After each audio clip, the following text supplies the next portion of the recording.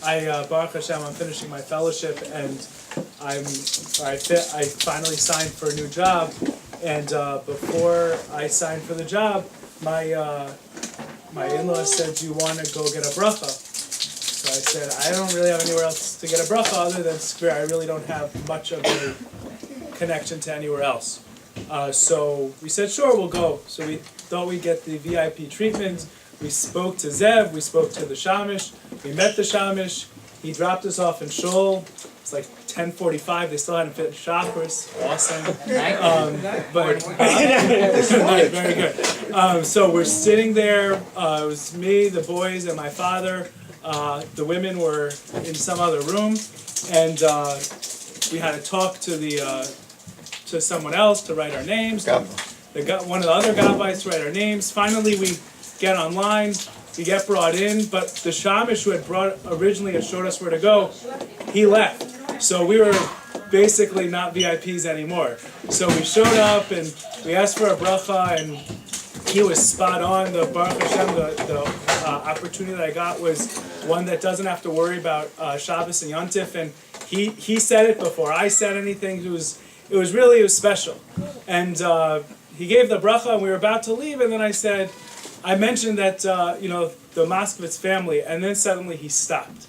And we didn't reminisce for stories and things like that, but you can tell there was a special, there's something special. Just second I said the name, and you could see that there was something special in his eye just from mentioning it. And he said, how special Babi and Zaidi were. So that's my square story. I think most of the stories, the love between Babi and Zaidi, I think, is something that's we can all learn from in any relationship we have with anyone, and obviously between a husband and a wife. My first time that I met Babi and Zaidi was on Pesach before we got engaged. We were dating for 5 weeks, 6 weeks, and I told Lexi, I want to come pick you up, I want to go out, and she was not happy about it at all. She was not interested in, but I guess she thought about it, and it was worthwhile for if it was going to work out, that would be the time that it made sense to meet Babi and Zaidi. So took Lexi out, and then I met them over dinner with all the boys. Steak in a very, very large glass of Bartanura that Zaidi just kept pouring. It was like the 2.5 hours. He had new Camaros in the car. And I didn't realize how important that, I knew it was, important to meet the family, but then, later on when Lexi told me that the next morning over breakfast, they all sat down, and Babi made it very clear she was not happy that I was going to be a doctor. She was very, very nervous about it.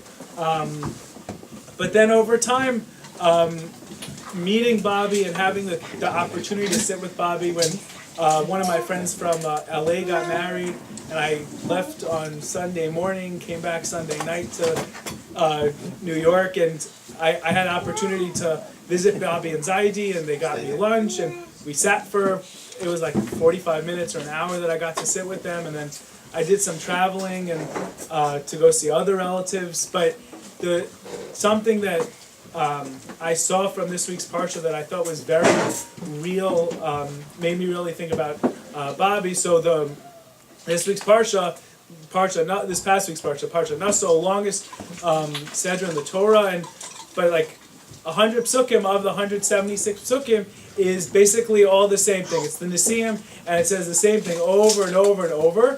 And then at the end of giving each Nasi, telling what they all brought, which is the exact same korban, it gives a sum up of everything that was brought. So Rav Moshe Feinstein, he asks a question, he says, I don't understand. If you're going to focus on each of the Nisim as individuals, so focus on them each as individuals.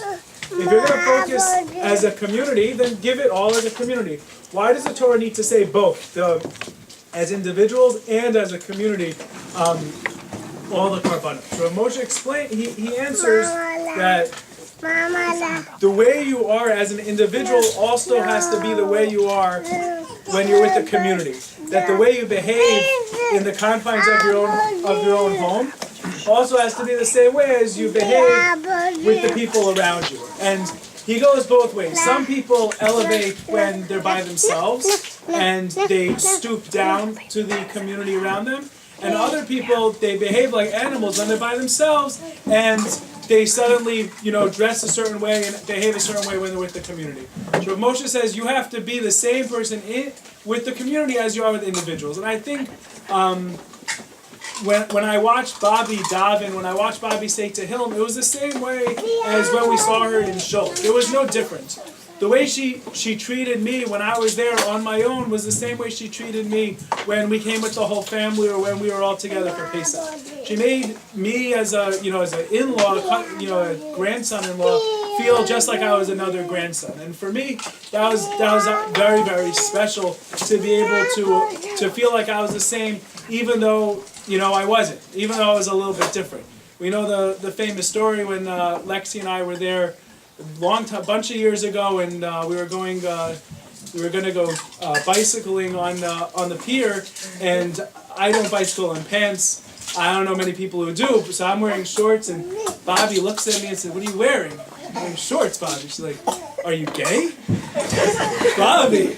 So she treated me like she treated everybody else. There was no preferential treatment, and she wanted to tell you what she was thinking, right? She let you know what she was thinking, and it came out of love, and it came out of a true emistic feeling of this is who I am. I'm going to treat everyone the same, and I'm going to treat everyone like my own child, like a king.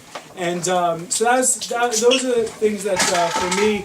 I will always remember Babi as someone who really treats everyone par excellence, and I hope that we can all learn from all the stories that we continue to say about Babi, because although she may physically not be here, her lessons continue to be here. The fruit continue to be very, very fresh, and they're there for the taking.